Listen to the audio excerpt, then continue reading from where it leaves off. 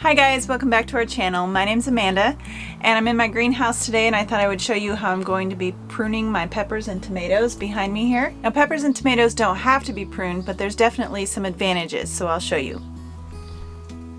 So right here I've got some eggplants. I'm just going to move those out of the way so you can see the peppers better. The peppers have grown to where they have several leaves on the side, these bigger ones. The small ones have a few side leaves, and you can pinch them back at this stage and just take the tops off, but I like to let them get a little bit bigger so that we have more side branches. So what you do is you just reach in here and you take the top of the pepper right off. So what's going to happen is the pepper is then going to send the energy into the side shoots, and you're going to have a multi-branched pepper plant with more capacity for flowers and fruit. So all of these bigger ones, I'm just going to pinch the tops right off.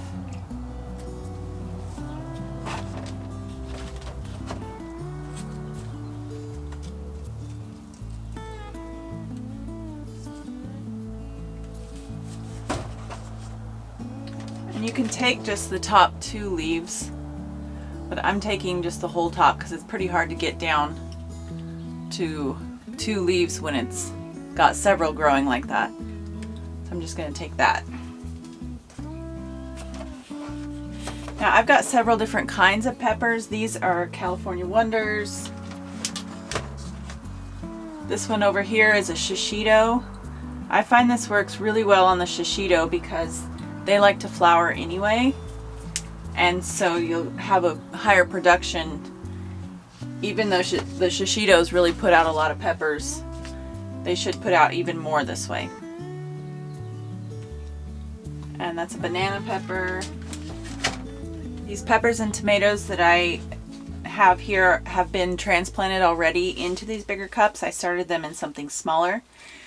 My tomatoes, you can see I started them a little bit early. We still have a month before we can put them in the garden.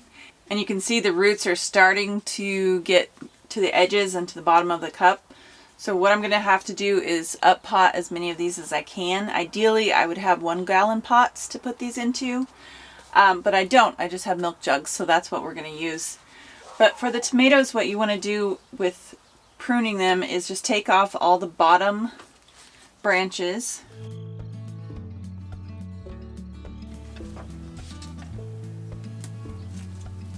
Like so. And you can just clip them off with your fingernails when they're small. When they get a little bit bigger, you might want to use some pruners. So that one's done.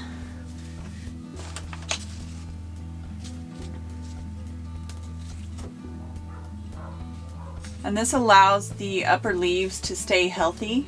I had a few of these that had some magnesium deficiency, and we've since fixed that, but I took the bottom branches off just so that the upper leaves could get all the magnesium.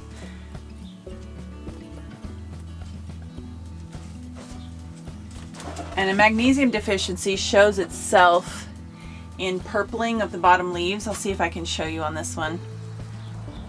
I don't know if you can see that. There's just a little bit of purpling underneath the leaves. And usually that is a sign of magnesium deficiency. So I treated that with some Epsom salt fertilizer,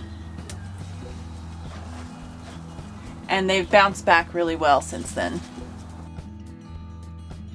Here's a perfect example. It usually shows up on the lower leaves, and we've got these 2 seedling leaves down here, and you can see that they are much more purple than the rest of the plant.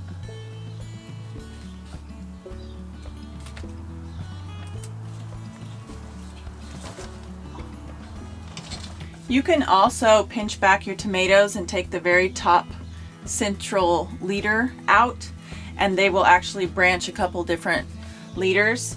I don't tend to do that because I grow them on a trellis and I want them to grow straight up. But if you want 2 branches on your trellis, go ahead. This is one of my favorite new varieties that I'm growing. I grew this last year. It's called the Arkansas Traveler. And it was one of the ones that did the best in the hot summer that we had last year. It didn't seem to phase it. It bloomed right through the heat, and did really well. So I'm growing that again. And then I've got some Romas this year. We're trying to put a lot more into production, so I'm going to grow some Romas. Alright, that's pretty much all there is to it. I hope you find this video helpful, and we will catch you on the next one.